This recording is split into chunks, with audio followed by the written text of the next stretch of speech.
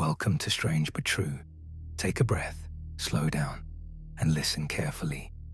Some stories are documented, some are debated, some refuse to be explained. We tell you the stories. You decide what's true. Now, let's begin our journey. Beneath the modern streets of Paola, Malta, there is a structure that was never meant to be seen from the surface. It does not rise above the landscape. It descends beneath it. This site is known as the Hypogeum of Ħal Saflieni. It was discovered accidentally in 1902 when construction workers began digging foundations for new homes. Instead of solid bedrock, they broke into empty space. Below them was a carved chamber, and beneath that chamber were more. And beneath those, still more. The Hypogeum is not a natural cave. It is entirely man-made. Archaeological analysis dates its construction to between approximately 4000 and 2500 BCE. This places it thousands of years before the rise of classical Greece, thousands of years before Rome, and thousands of years before most known underground ceremonial complexes in Europe. The structure extends across 3 distinct levels. Each level was cut directly into limestone using stone tools. There is no evidence of metal tool use during its earliest construction phase, yet the chambers are precise, deliberate, and carefully organized. The walls are smooth, the ceilings are shaped, doorways are carved with intentional symmetry.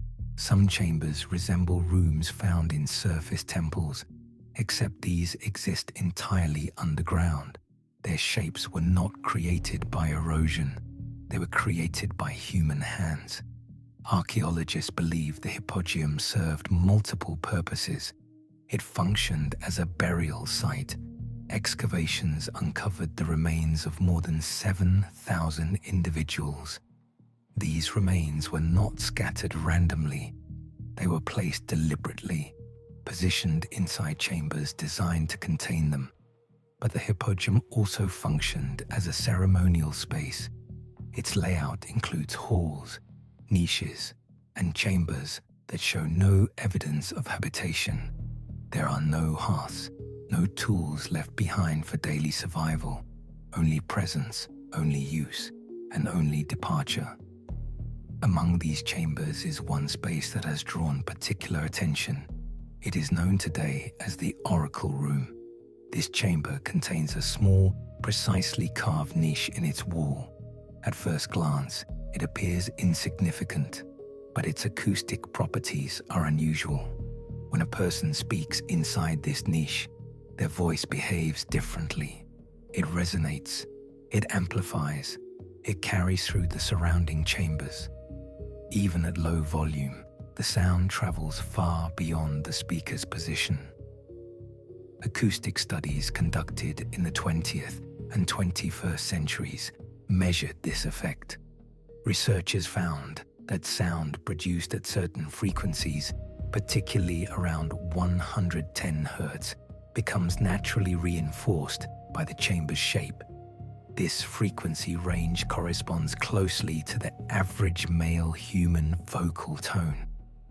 When spoken at this pitch, the chamber amplifies the sound and distributes it through the complex. The effect does not require electronic assistance. It occurs entirely through physical structure. The stone itself becomes part of the transmission. Sound reflects from surface to surface. It expands, it strengthens, it persists. This suggests the chamber was designed with sound in mind, not accidentally, but intentionally. The builders shaped the stone in ways that affect how the human voice behaves. Sound becomes more than speech. It becomes environment. It becomes presence. It becomes something that fills the entire underground system. The Hypogeum also contains traces of red ochre pigment. Spiral patterns appear on certain surfaces. These markings were applied deliberately. They have survived for thousands of years, protected by the darkness of the chambers. Their meaning is not recorded, but their preservation confirms their importance. The entire structure exists below ground level, hidden from direct sunlight, hidden from surface observation. Its construction required planning, its use required intention, and its purpose extended across generations. Today, the Hypogeum is preserved and protected. Access is limited. Its chambers remain intact, its surfaces remain marked, and its acoustic properties remain unchanged. The structure still responds to human voice exactly as it did thousands of years ago. Its stone still carries sound, its chambers still hold resonance, and its presence still exists beneath the modern world. Not visible, but still there, still silent, waiting until someone speaks. History has a way of hiding the truth inside what it chooses not to explain.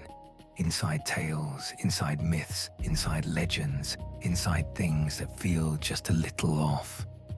If this story held your attention, subscribe to Strange But True, because sometimes what sounds unbelievable is exactly where the truth hides.